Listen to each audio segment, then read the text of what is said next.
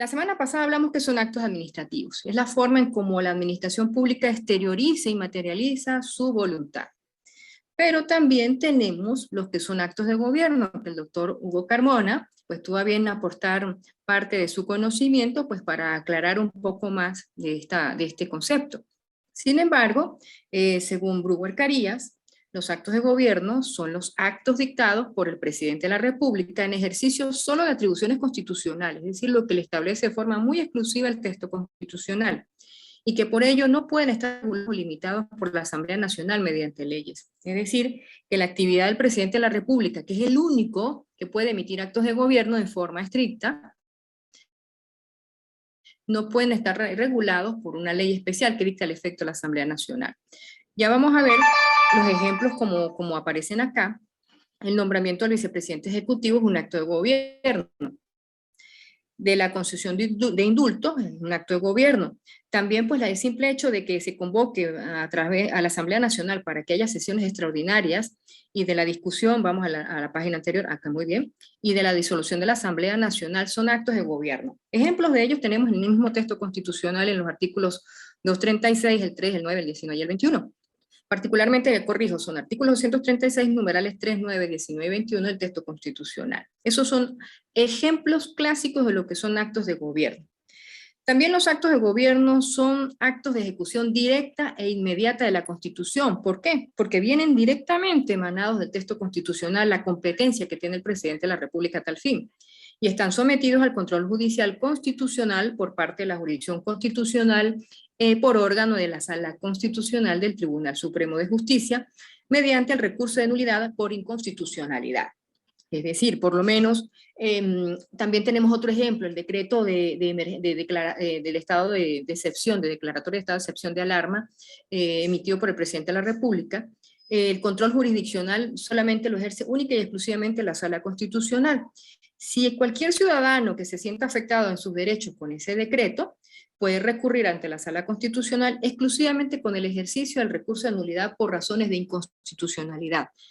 ¿Por qué? Porque hay que decir que si bien el presidente lo está haciendo en ejercicio de las competencias que de forma expresa le confiere la Constitución, pues en función de ese origen, de ese acto de gobierno, es que se ataca la figura y el contenido del mismo instrumento jurídico. Es muy fácil decir acto administrativo, de verdad que uno tiende a veces a equivocarse, pero no.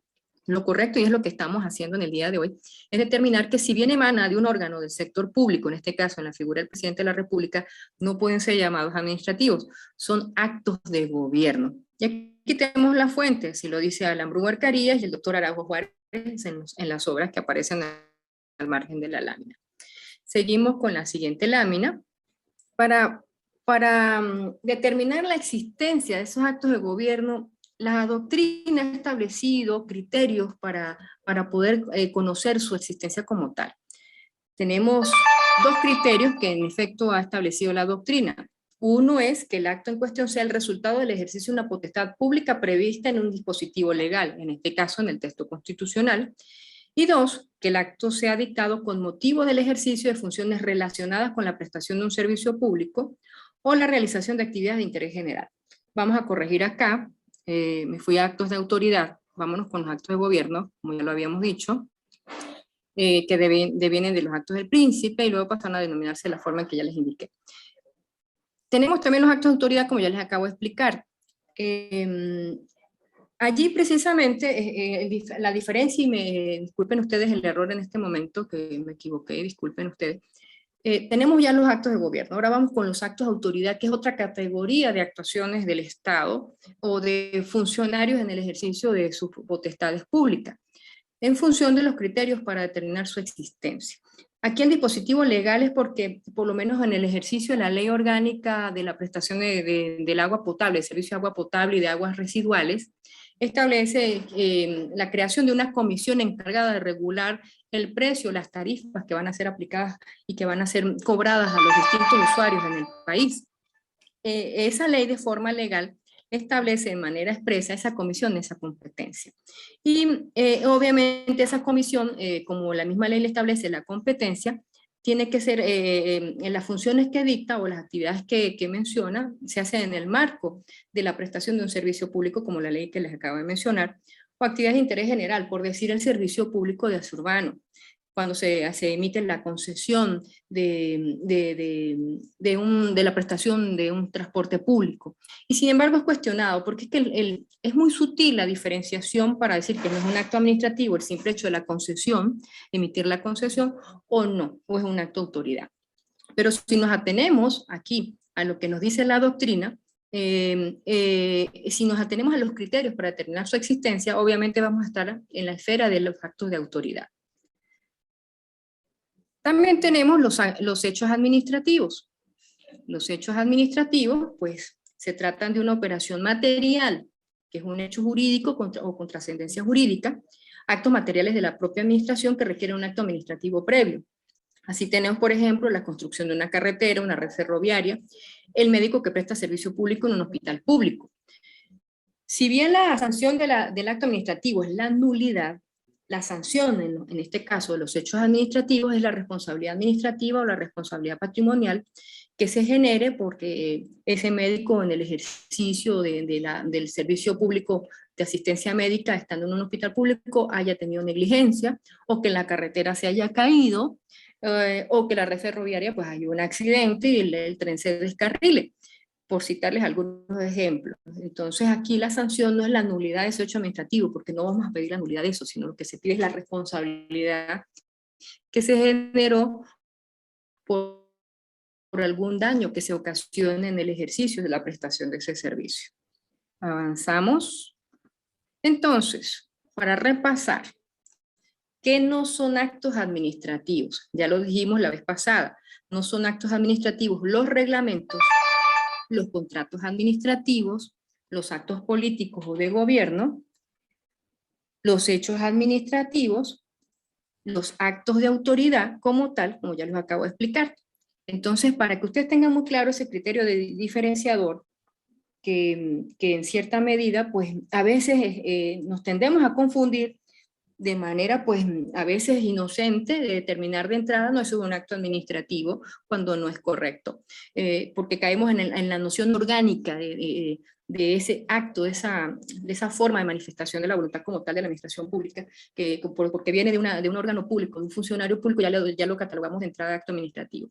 Ya vemos que no, porque la misma doctrina, la misma jurisprudencia ha establecido qué es acto administrativo y qué no es acto administrativo. Sin embargo, en términos generales, todo eso es propio de la actividad administrativa, como lo vamos a ver de seguida.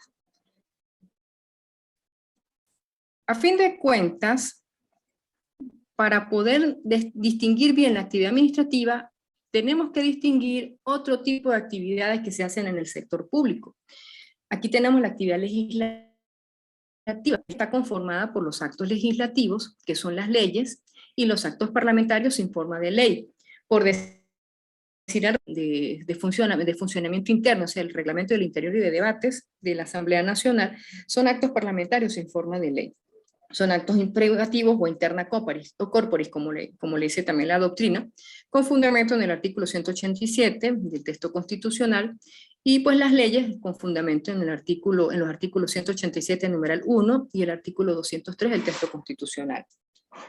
Las leyes incluso son formalmente definidas en la Constitución, como ya lo vimos, como los actos sancionados por la Asamblea Nacional como cuerpo legislador, de acuerdo a lo establecido en el artículo 203 del texto constitucional. Por eso es que el reglamento no puede ser considerado una ley porque no emanan de la Asamblea Nacional. Por eso se llaman instrumentos jurídicos de rango sublegal, por el origen, por la fuente del que emana. Es un órgano o un funcionario totalmente distinto a la Asamblea Nacional. Por eso no son leyes como tal los reglamentos, los decretos, las resoluciones y los actos administrativos que hemos estado elaborando o mencionando acá. Si bien tiene un impacto en la vida jurídica como tal, no son leyes porque no son emanadas por la Asamblea Nacional. Y nos extendemos un poquito, no son emanadas del Consejo Legislativo, que también es otro órgano que legisla en el ámbito regional, o las ordenanzas en el ámbito local o municipal emitidas por el Consejo Municipal. También pueden considerarse actos legislativos, los decretos leyes o decretos con fuerza de ley.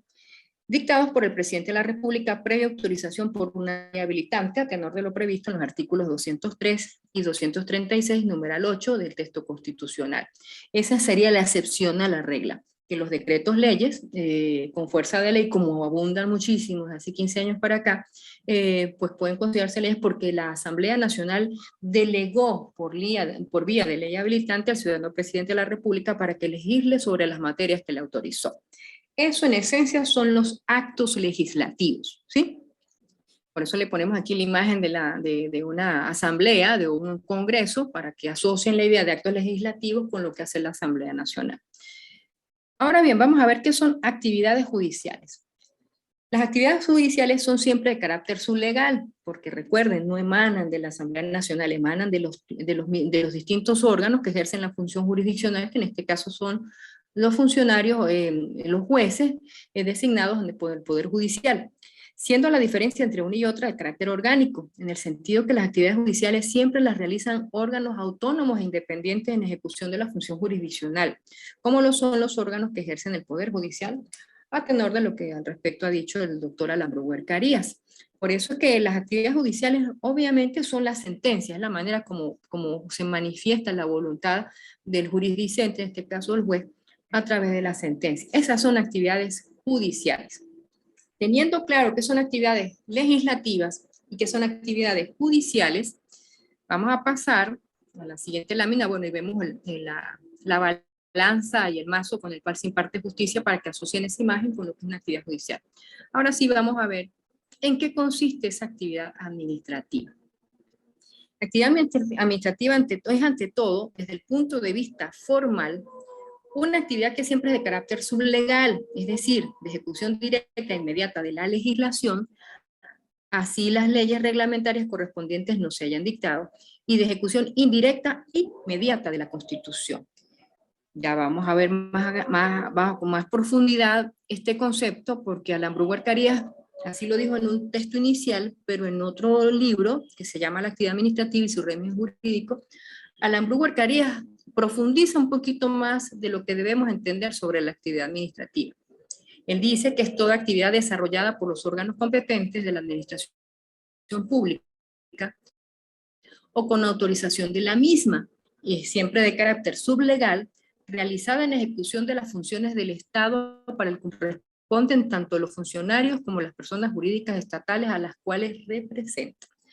Aún así vamos a avanzar también en lo que al respecto ha dicho el doctor Agustín Gordillo de Argentina, en su obra también sobre el derecho administrativo. Él dice que la actividad administrativa comprende toda la actividad de los órganos administrativos, bien sean centralizados o descentralizados. Yo agrego un poquito más, entes también u órganos desconcentrados. Y también la actividad de los órganos legislativos y judiciales en la medida en que no se refiere a las funciones específicas de tales órganos. Muy importante lo que él dice en la última parte de su definición. Porque como lo decíamos hace 15 días en el encuentro anterior, la función administrativa también la ejercen los demás órganos del poder público. Cuando hacen funciones propias del gobierno interno de su estructura.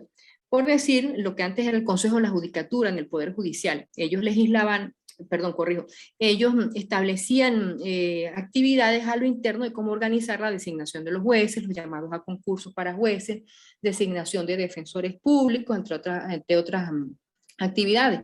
En el Poder Legislativo, pues también tenemos cuando la Asamblea Nacional establece a lo interno la composición de las comisiones permanentes y las comisiones extraordinarias que pueden ser creadas al efecto, dependiendo de la materia, o la designación interna de los funcionarios que van a ocupar los diferentes órganos, tanto en el Poder Legislativo como en el Judicial.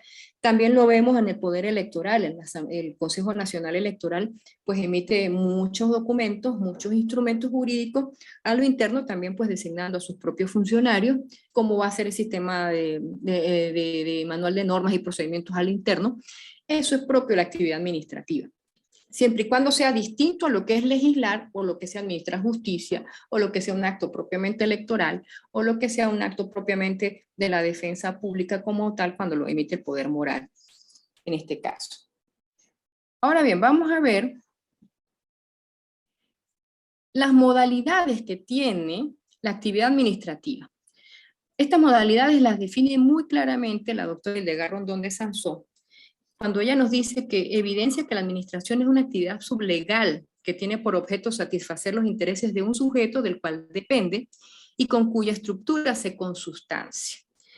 Y en función de esa definición que da la doctora Hildegard, ella nos dice cuáles son las diferentes modalidades de la actividad administrativa. Y ustedes ven en el mapa conceptual que tienen a disposición las diferentes formas en que se manifiesta. Tenemos las actividades de dirección y de ejecución, es decir, cuando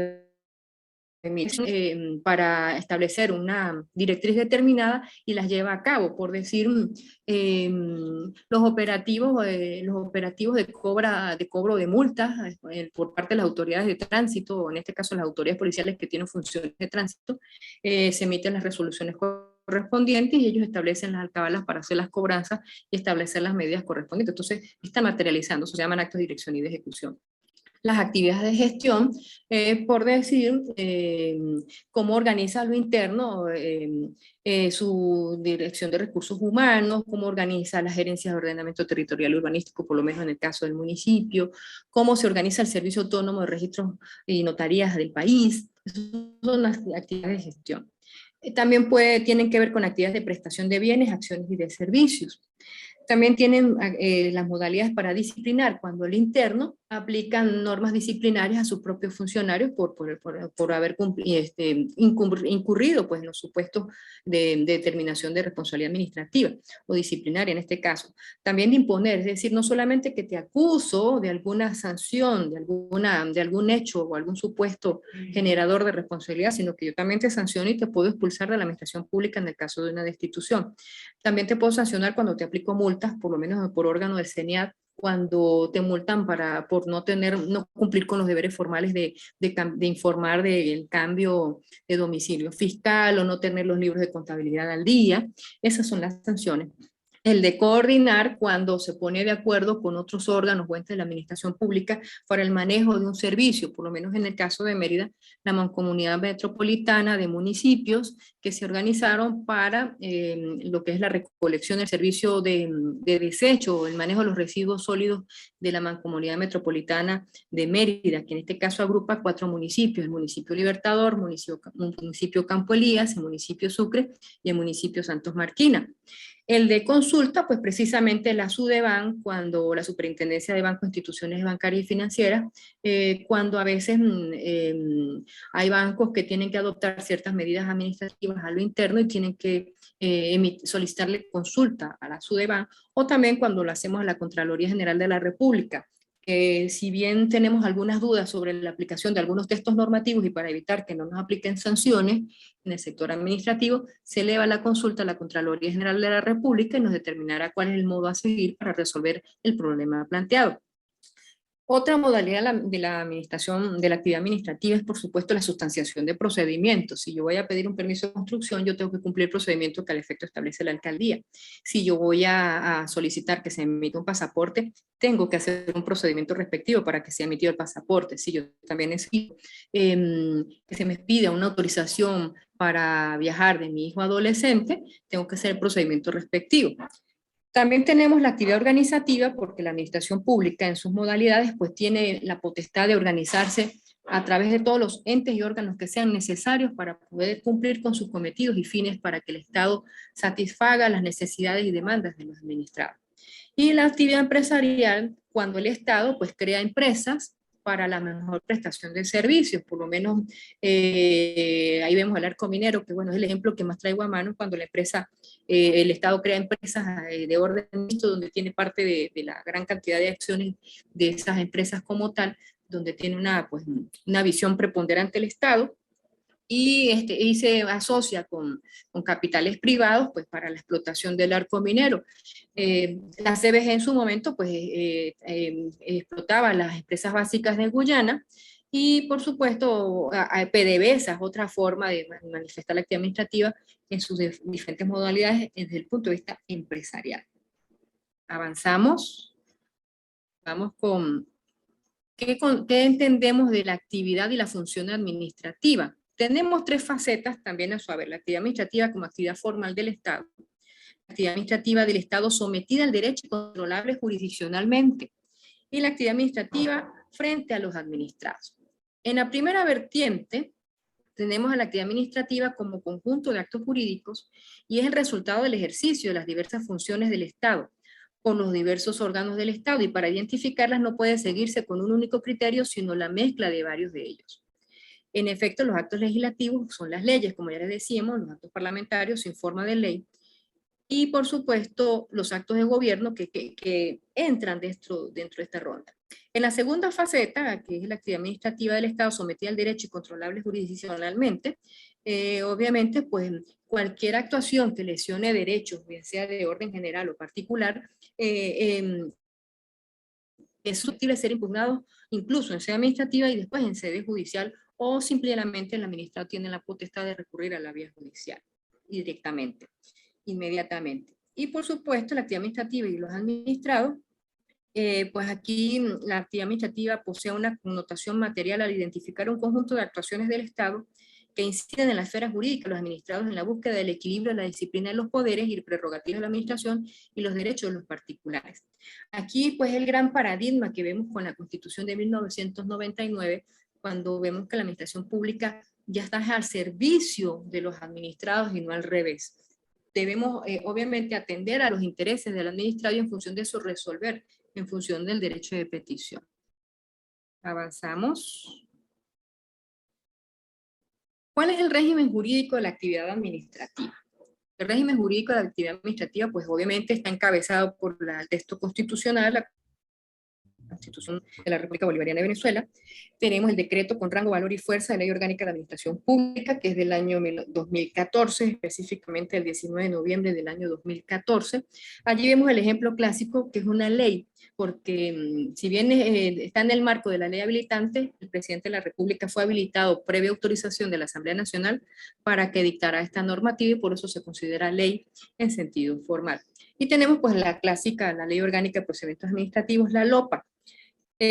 La LOPA pues se orienta más al procedimiento en sí y a los actos administrativos, pero la actividad administrativa está regulada en el decreto con rango, valor y fuerza de la Ley Orgánica de la Administración Pública.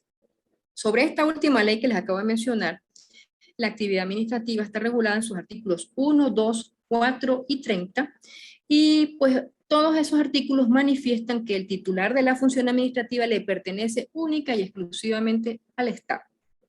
Lo que es la doctora Hildegard Rondón de Sansó y el doctor Alan Brewer Carías explican con bastante detenimiento en qué consiste la actividad administrativa, a lo cual el doctor Peña Solís lo enriquece de manera muy determinante, y es lo que vamos a analizar a lo largo de estos minutos que tenemos en la exposición. Aquí tenemos, Hildegard Rondón de Sansó nos da dos enfoques. Ella habla de la expresión actividad administrativa como equivalente a la acción de administración, en sentido objetivo como actividad con A minúscula, cuando hablamos de administración con A minúscula, en sentido material o sustancial.